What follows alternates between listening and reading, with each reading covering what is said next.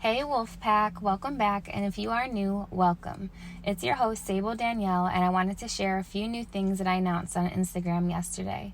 We are currently running our first ever giveaway, and we have collabed with Elephant Mud Skincare, a natural skincare small business that I have found and love. The giveaway runs from November 5th to November 12th, and the winner will be announced Saturday, November 14th. Please follow us on Instagram at EUNOIA.lifestyle for the specific details. Also, the next major announcement is that I've been working on something for you guys secretly, per usual. As you all know, I'm a spiritual person. I believe in energy and keeping your energy space pure and protected. I cleanse my home, myself, and my dogs every day with either sage or Palo Santo. I burn incense every day. I basically just like to burn things to keep my energy space cleansed and protected. So, I've been making Purity Wolf Packs for you all so that you can keep your energy protected and pure too. You can see pictures of what the Purity Wolf Packs look like on my Instagram as well. Each Purity Wolf Pack smells so delicious, and they each include sage, Palo Santo, some of my favorite incense, lavender, a white candle, and a black candle, as well as the info card explaining what each item is typically used for. The last announcement of the day is that we have 4 new worksheets that are now available for download. Embrace and Receive, Release, Gratitude, and Compassion. Check those out when you have a chance. The Embracing and Receiving PDFs are perfect for moon rituals and are also perfect fit with the wolf packs. Okay, so the topic of the week is unhealthy relationships.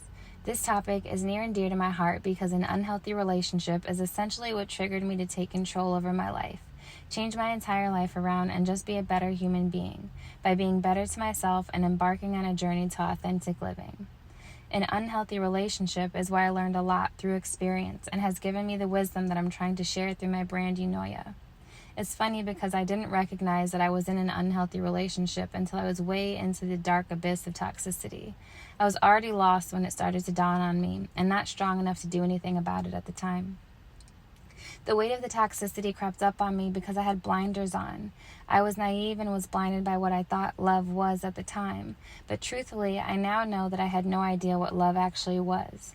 I just knew I wanted love and I didn't want to be alone. And even after not being in that relationship for several years, I recognized that it was very unhealthy. But I kind of felt like I figured my way out of it. I'm doing much better. I'm happy finally. I've grown. I understand the purpose. I've let it go. But I didn't quite understand the full impact of the toxicity and how unhealthy it actually was until I started to research more of these topics over the past year. And honestly, it was very mind-blowing and triggering for me. There are so many things that I recognize within myself in the things that I've read, how I act, how I think, habits, and mindsets that I've had to break through and continue to break through.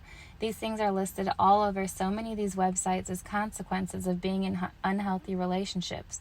So many different aspects of abuse that I encountered that I wasn't even aware I was experiencing. And it made me really sad as I was preparing for this season, actually.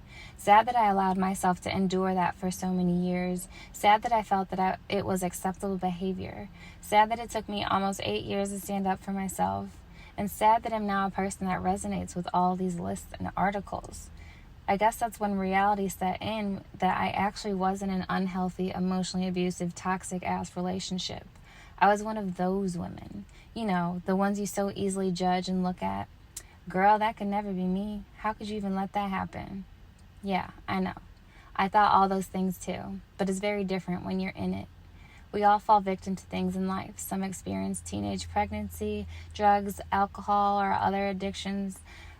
I happen to fall victim to love and manipulative people. That's now a part of my story. I was a goofy for love, but not anymore. Okay, so to keep me from going off many tangents and getting lost in my story, I'm going to share some things I learned and tie pieces of my experience into it to make it relatable.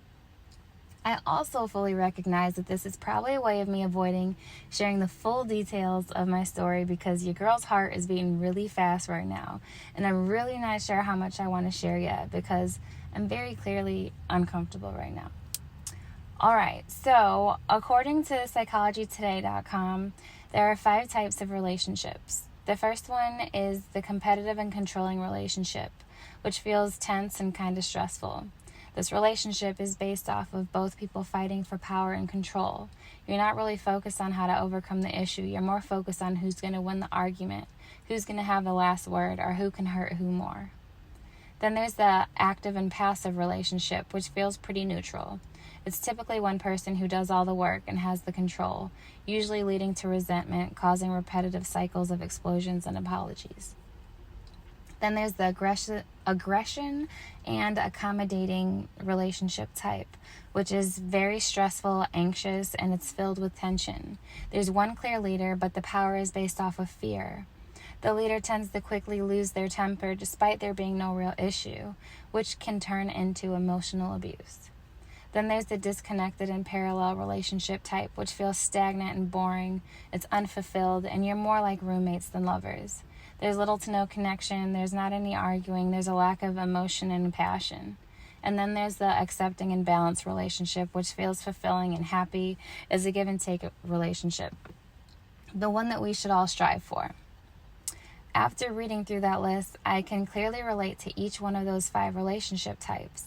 The beginning of the relationship felt like 5, accepted and balanced, but honestly, that was the shortest piece of the relationship. And if I think back on the relationship from the beginning, I was always initiating things and doing more than he did. The relationship was very clearly one-sided, very early on. For a long period of time, I think the relationship was in relationship type 2, active and passive.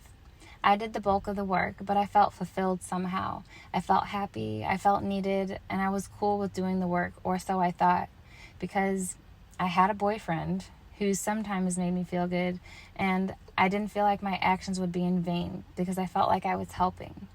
After some time, I began to notice the effort difference, the lack of appreciation, and even the beginnings of the red flags. Instead of talking to him about it, though, or anybody else, I pushed those feelings away. I kept doing what I knew how to do, put everyone before me, and avoid all conflict and negative feelings that come my way. And over time, I became resentful. I was resentful and quiet about it. Rather than trying to communicate my feelings and work through what was happening, I became passive-aggressive. I clearly remember telling myself, cool, I'm gonna just stop doing everything I'm doing. Then he'll notice my efforts and appreciate me. Wrong idea, lady. This is toxic behavior as well. The better choice would be to communicate those feelings because otherwise they will not go away. They will grow bigger and bigger until there is an explosion or no other choice but to change. And that is exactly what I did. And that's exactly what happened. But it grew into something even worse. Right about here, I believe I experienced a mixture of 1, 2, and 3. I still did the work, I still accommodated him, but I was resentful about it and acted out in passive-aggressive ways. Life also began to feel like a competition. I wasn't in competition, but it felt like he was. And when we argued, it was definitely a power struggle at times. He was more dominant, but I was also very stubborn at the time too. Even though I tend to be quiet, I don't necessarily bow down easily. I was weak though. He had the power because I allowed him to have it. He knew I was weak and ran with that power. He knew I wasn't going anywhere. He knew I wouldn't stand up for myself, and if I did, he would win the argument. I didn't really fear him though. I just feared losing him and the relationship at that point. I guess I was more fearful of being alone than I was of being happy. I thought what I was doing was going to hurt him in a way to help us and get him to get his shit together and appreciate me, but it didn't do that. It hurt me more than anything else, actually. I stopped caring about things. I stopped doing things that I typically would do, things that I enjoyed doing for myself and for my man, all for the sake of proving a point. I became more unhappy, less like me, more resentful, and as time went on, the 2 people who initially entered the relationship were no longer there. I wasn't really happy anymore, but I still loved him and wasn't ready to let the relationship go. I'm not a quitter, and I have a bad habit of holding on too long to prove my loyalty and to try to make things work. I also have a bad habit of caring too much. The happiness faded, and pain and emptiness began to fill those voids. Also, he didn't care. It actually made him turn into a nag, the biggest complainer about anything and everything in the world to complain about, which is when I believe the relationship entered the relationship type 3, aggression and accommodating type.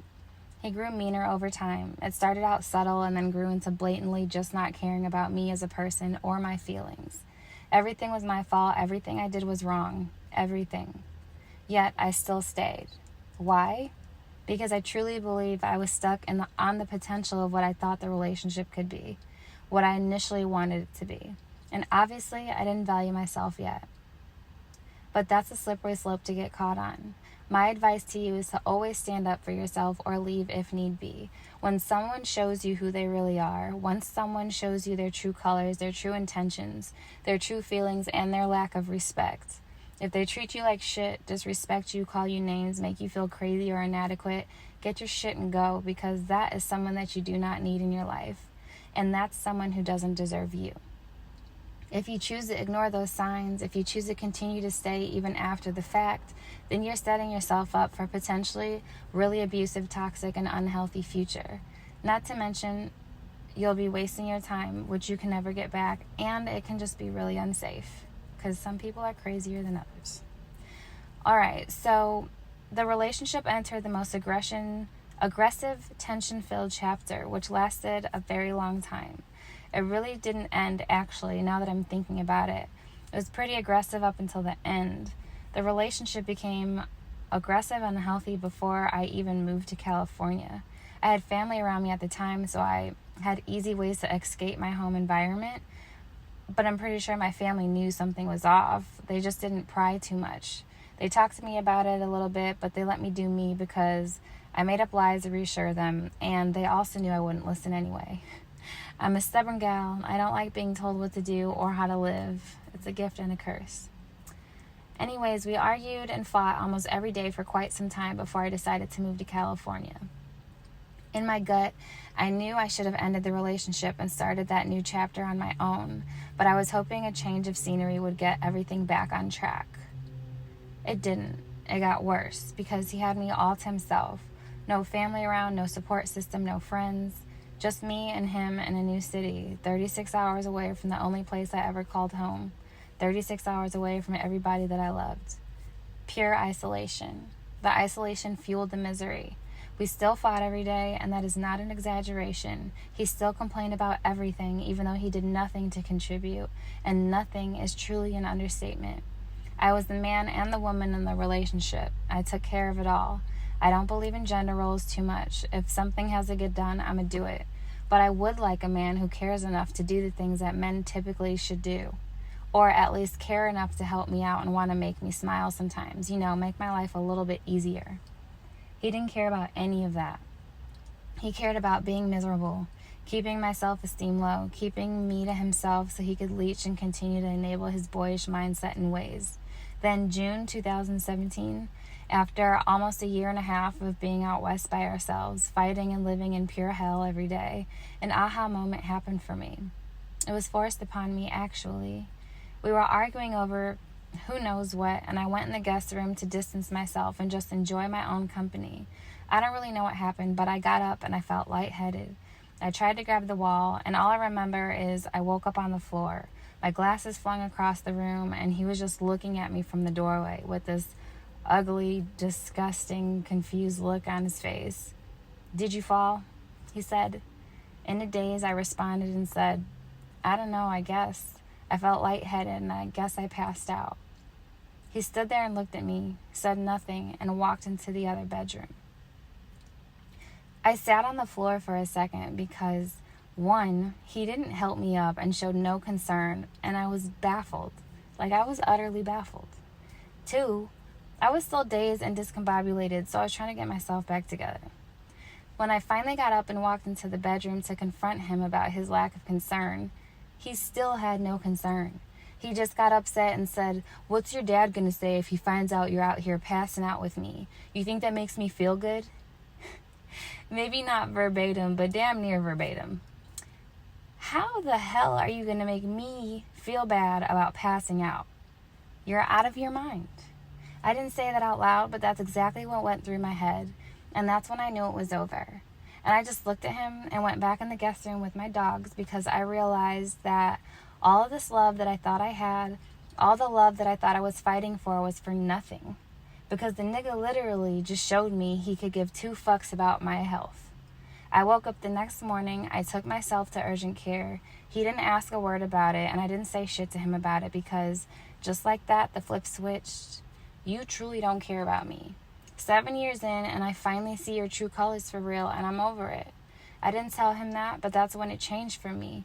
There was no love left for me. I knew that I had to begin developing my exit plan.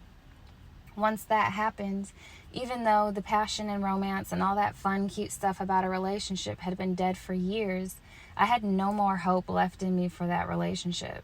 I lost all respect for him. There was no more possible future for us. It was a wrap, and it became dead and stagnant as all ever. I disconnected. I chose to stop engaging. We had fully entered relationship type 4, disconnected and parallel. We didn't talk to each other. If we did, it was the most forced, superficial conversation. We did nothing together except for maybe watch TV. We became roommates, but roommates who didn't like each other. Honestly, we had been roommates for a long time. We lost all companionship, affection, and romance long before that happened, but we both clearly felt like we were roommates. He would try to egg me on to argue and pull me back into toxic cycles, but I didn't care enough to participate anymore. I truly had no fucks left to give. I was numb, completely numb to all type of emotion. I just wanted him gone. I was tired of looking at him. Every day I came home from work, I was disappointed he was there. He tried to argue. I didn't engage, so he got even more pissed and started to say even more hurtful shit to get under my skin. But he was failing. I didn't feel anything anymore because I no longer cared, and he had already said everything in the world to hurt my feelings, so there really was nothing left to hurt. I was no longer invested either. I just kept note of everything he said and used it as fuel to get him the fuck out of my house, out of my space, and out of my mind. It was literally life or death for me. Come November, that's when I was deployed with FEMA for 2 months, working crazy hours, still faking the funk, but I had a breath of fresh air during that deployment, and I realized I needed him out of my space asaptual. I felt so good being out of that energy, I knew I couldn't go back, ever. But the stress took over, and I passed out again. Only this time, I was at home with my family at my grandma's house, of all the damn places in the world, in front of my cousins, my dad, my brother, our dog. The shit was scary and embarrassing, and I couldn't keep lying to them about it. I had to tell them it happened before. I had to face the music of my reality, and I ended up going to the ER that night, but we'll talk about that more, I guess, in another episode. After I got back home from deployment, I decided to fully end the relationship. I bitched out a little bit, though. I still wasn't that strong. I ended it basically by saying I needed a break, but I was, and shit, okay, hold on. I bitched out, though. I still wasn't that strong. I ended it. I knew I ended it, but I never clearly communicated that with him. I kind of said I needed a break and sent him home on a one-way ticket, knowing I'd never allow him to return. Sorry, guys. I'm kind of nervous right now, so I fucked that part up. But I basically sent him home on a one-way ticket without explaining to him the relationship was fully over. I think we both knew, but I just needed him gone, and whatever. That was my way to do it. That was my way to be safe about it. Okay, so the relationship ended after experiencing a mixture of all those relationship types. In hindsight, I recognize fully that the bulk of that relationship was aggressive and then passive. The happy balance piece was definitely the honeymoon stage of a relationship, which truly only lasted a few months, maybe a year tops. I never took the time to take a step back and reflect on my relationship or my personal growth. I just made moves with no intention, except to be happy. All of those questions I put on the reflections PDF for relationships. I never took the time to utilize those. I also never took the time to ask the questions on the self-reflections PDF to assess my own happiness and growth. I never realized how important it was until not doing that landed me in the hospital. Ultimately, I learned a lot, but my God, those were the most stressful, depressing years of my life. A lot of years that I'm not proud of, that I cannot get back or go back and fix. So please pay attention to the type of relationships you typically find yourself in, whether that be friends, family, work, or lovers. You want to make sure you're growing and glowing, not disappearing and hurting. I initially planned on talking about red flags and signs to look out for, but this episode is already long enough, so we are going to break this topic down and end it here. Next week, we'll be discussing the signs and red flags of unhealthy relationships, so make sure you tune back in. It only gets deeper from here. I hope you guys have an amazing weekend. I hope you all are coping okay with the political stress and anticipation. I hope you all are doing okay in life, period. I'll be back next week with some more deep shit. Be safe, folks, and don't forget to check out the giveaway that's currently happening on Instagram at EUNOIA Lifestyle. Follow me. Peace and love. Sable Danielle.